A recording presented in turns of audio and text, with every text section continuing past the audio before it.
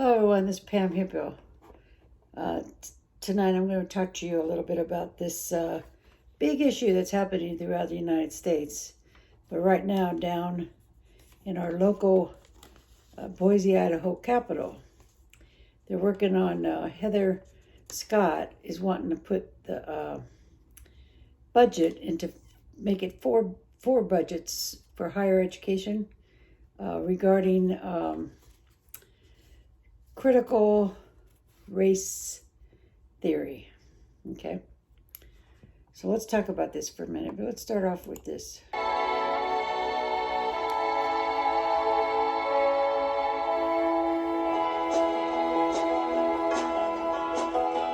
Anybody here seen my old friend Abraham. Can you tell me where he's gone?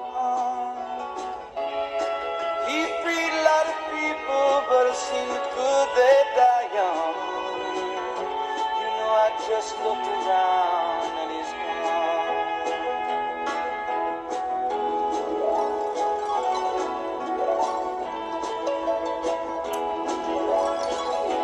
Anybody here seen my old friend John? Can you tell me John where Kennedy. he's gone? He freed a lot of people, but it seemed good they die young. I just looked around and he's gone.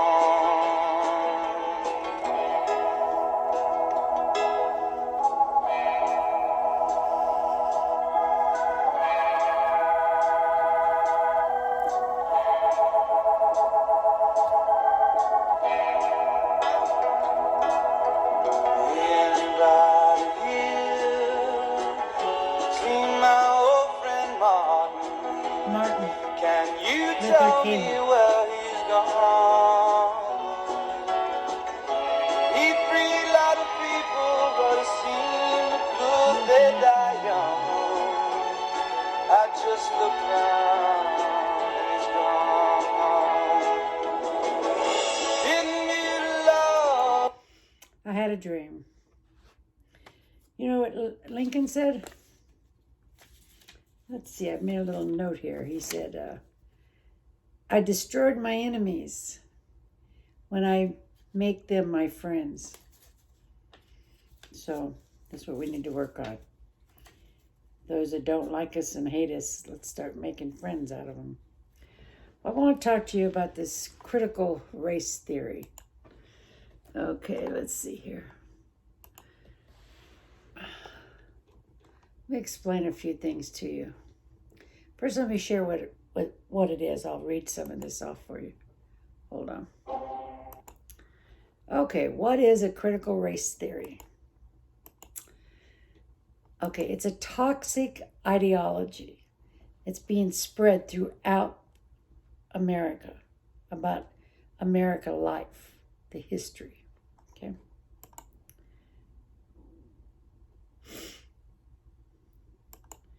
It creates categories of oppression and oppressed, those who are above each other, and suppress those of different races. So hold on. It underpins identity politics. But what is it? I'm reading this off some. It seeks to solve concerns about racial inequality. Back in the 70s and 80s, I remember when I was looking for jobs, and they had put in, after, I'd spent years before that filling out applications, and all of a sudden I started seeing on the applications, they were asking your race and your gender, and it was really weird. I thought, why is that? Well, come to find out, a law had passed where they were making employees accountable for how many African American people were being hired, and Native American and Hispanic and those of different color. and to make sure that companies weren't being prejudiced. And I thought, this is wonderful. And we need to do that, because you don't hire somebody by what color they are. You got to hire them by if they're qualified and their experience and different criteria. However, what happened, what I learned during those years, in the 80s, 70s, and 80s, is that they were hiring them whether they qualified or not. Because if they didn't do that, they could get dinged big time. They could lose their license, their business. They could get fined. And so they just hired you to meet their quota. They had to have a certain amount of people that they were hiring of color. Hold on. So the next thing it says here, but instead of solving these problems, it creates new ones. This critical race theory. It promotes a belief that America is fundamentally a racist country. Several years ago, and I don't have that video anymore, it's somewhere, but I went to Napa because I'd heard about a socialist party putting on some kind of training or something, and I was just new getting out there and doing videos on different political issues and stuff, and I thought this would be interesting. I'll just learn about it because I really didn't know much about socialism and politics or anything. My background's an alcohol and drug counselor, so I thought this would be interesting. So I went there and I went up to the library and I met the lady that was doing the classroom, and I asked her if I could come in and videotape and learn from her. And she asked me some questions and found out I was a Trump supporter and said, no way, I couldn't be in her class. Come to find out later, she was one of the really top head women in our country, going around setting up these classes and finding people to teach them everywhere. It was a socialist party. But what she said to me was interesting. She said, Pam, look at the Constitution was written by old white men that were racist. And we're going to get rid of your Constitution and change it. And this is going to become a socialist country, whether you like it or not. Get used to it. And I said, over my dead body. And that was really weird. Within about 5 minutes, maybe less, I'm sure, all these 3%ers and these Trump supporters come up to the library and started having a conversation with her, and it kind of got a little heated. And but my patriots showed up and really saved my butt because, man, all the people in that group were coming out and kind of getting heated with me and making arguments. But this is what they want. They want a socialist country. Hold on, let me finish this. So they want to promote that, okay? Racist country. And that all of our institutions are designed to maintain white supremacy. Let me tell you, me and my brother was talking about this, this racist card that came out.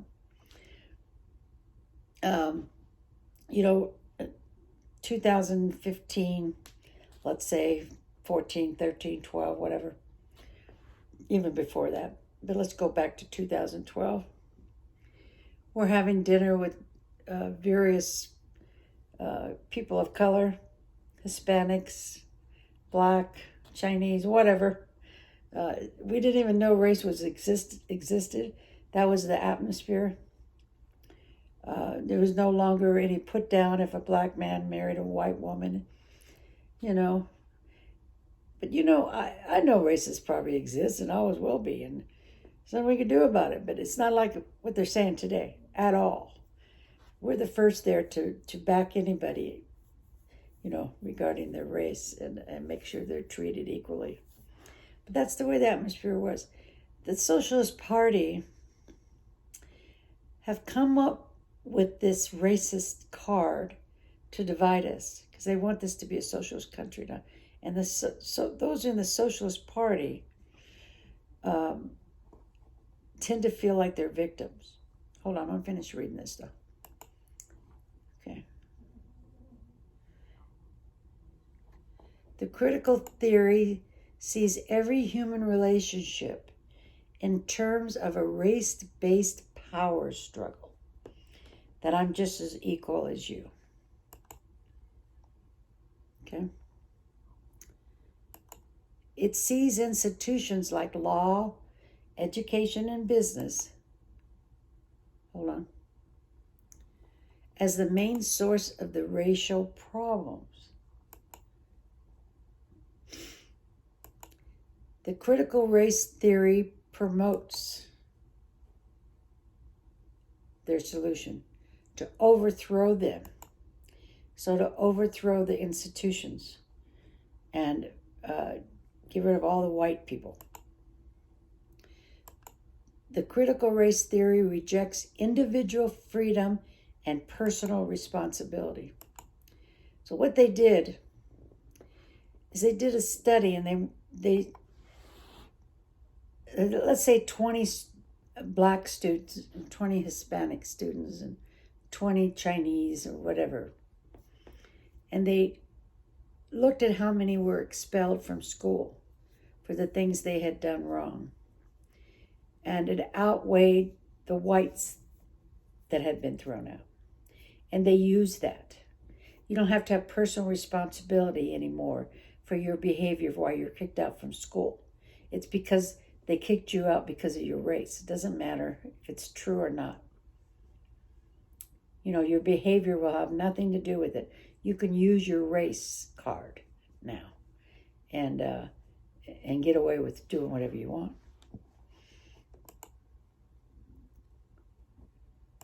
It divides people into racial groups. It divides us. It pits the groups against each other. Black Lives Matter. I don't know when they didn't.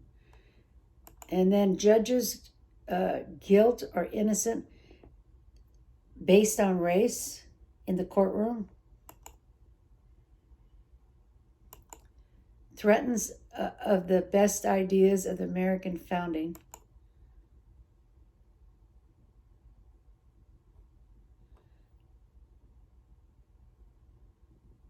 So what can you do? Because this threatens our American way of life. They want to make America look like it's evil, satanic people. So what we need to do is speak up. See what else it says to do here. Educate your children. Find out from the schools what are they using for their books, and what are they teaching for English and history. Hold on. And proudly tell the truth about America to your children. That we are land of the free, and we have unlimited opportunity, no matter what race, color, or creed. And that's why we're here. Because America is the land of the free, and we're the last and the only land of the free. And they want to make this a socialist country, period, which a lot of you know is a soft word for communist. They'll coming after your religion is next, which they're already doing, and saying that because you're a Christian or a Mormon or a Catholic or a Baptist, that's why the country is not able to progress, because your religion is standing in the way of progress for people of color. Something. They'll come up with something.